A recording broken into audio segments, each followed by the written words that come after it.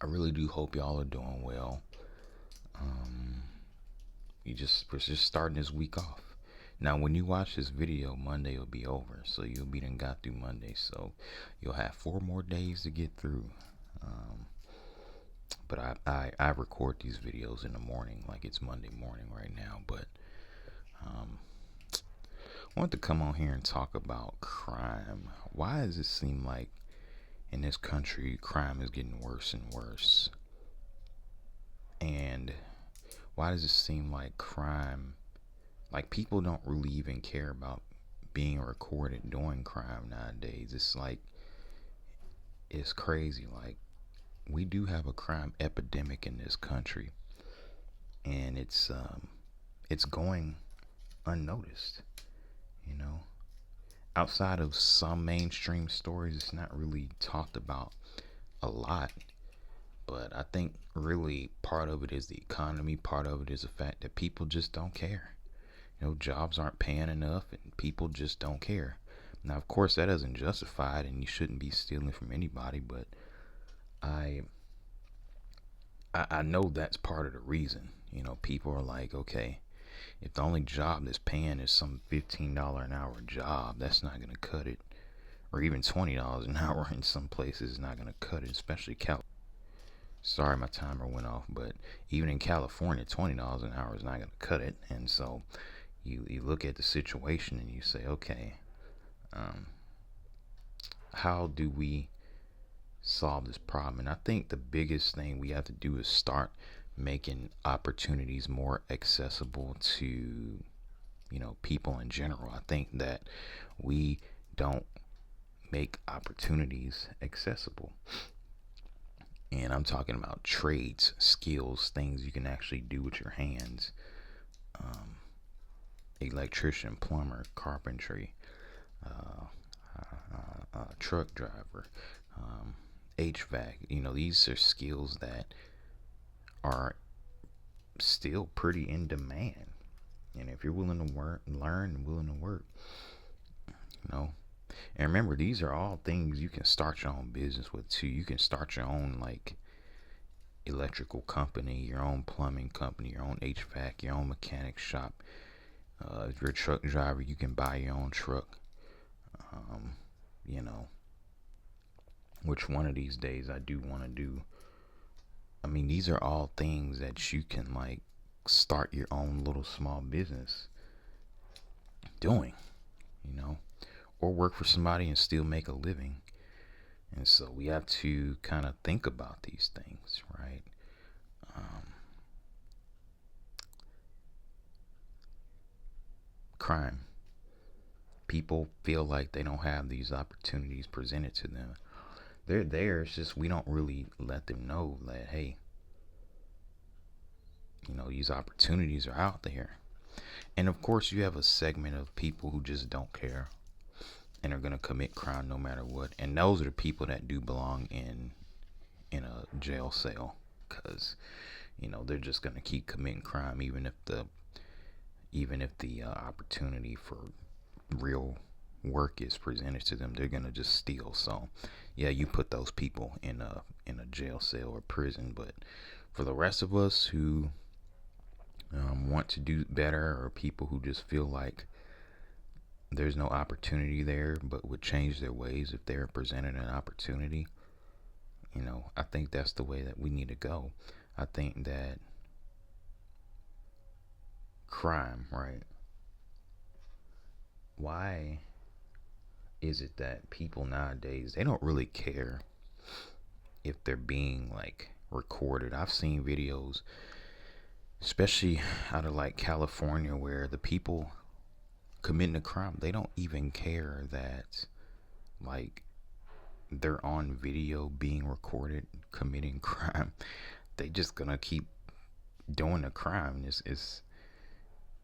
It's kind of crazy when you stop and think about it.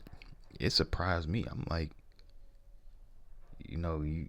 I'm thinking to myself as I'm watching this, you're literally on video, but they don't care. And the thing about it is, most of the time they're wearing a whole like ski mask to where you can't like see their face anyway. Um,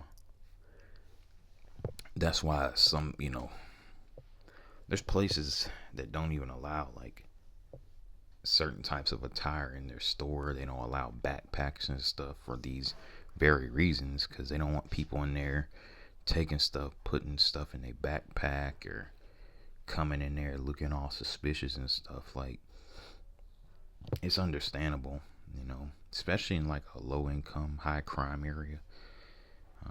And I think honestly, you look at all of these low income areas. What you have to remember is that the low income areas, they're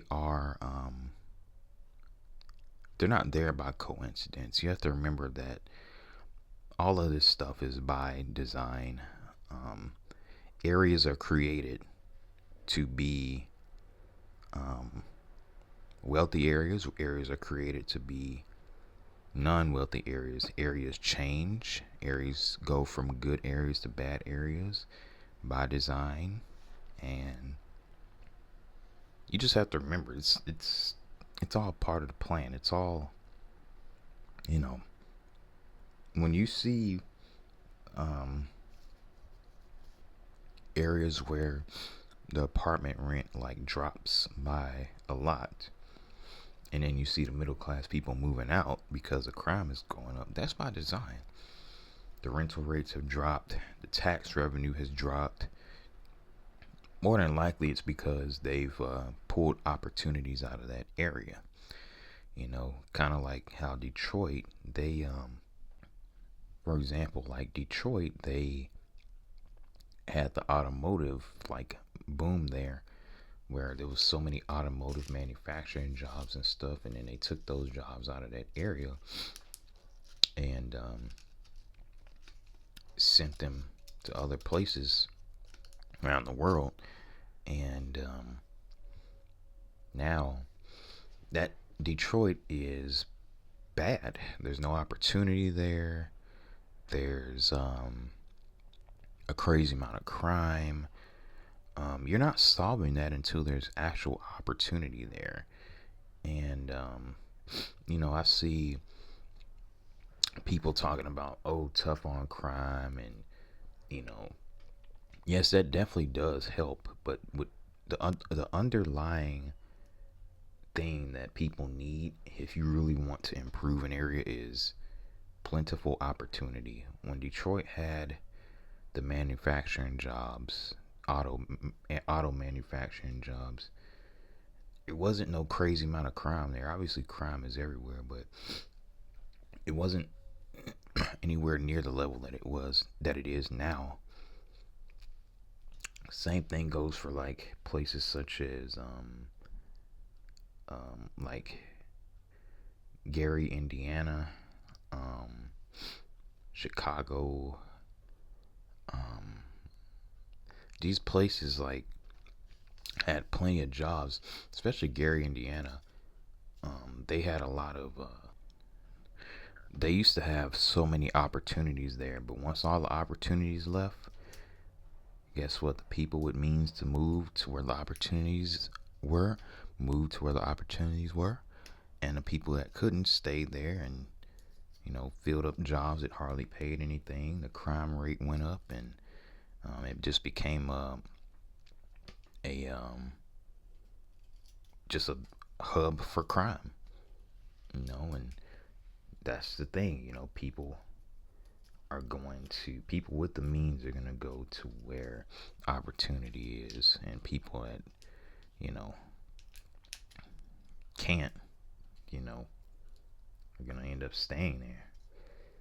And it's kind of like bad areas everywhere. Once an industry moves out of a certain area, and that's every big city, certain industry moves,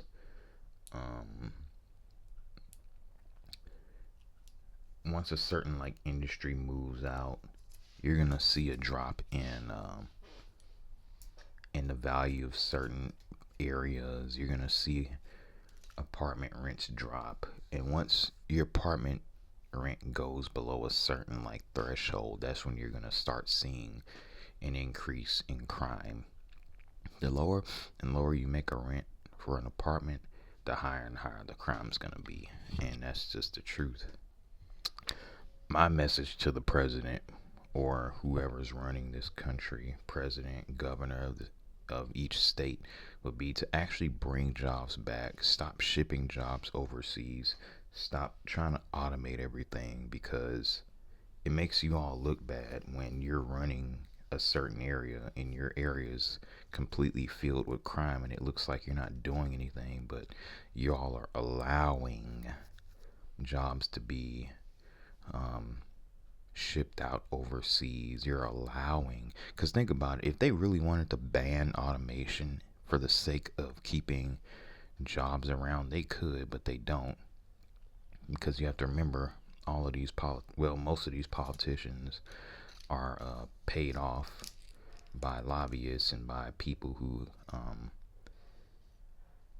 they're working for. Think about it. Politicians, in a way, are owned to a certain degree by lobbyists, by corporations. This has been talked about like several years ago. And so this is why we see what we see out here. We see crazy amounts of crime. We see crazy amounts of just violent crime, just violence. And, you know, I think the violence factor comes in when people just don't care anymore. People have nothing to lose. That's why in very low income areas, like poverty stricken areas, housing projects, Section 8 housing, when people just don't care, violence is bound to ensue. Any little thing gets you mad, now you want to get violent. And that's just the unfortunate reality of type of situation that we're in.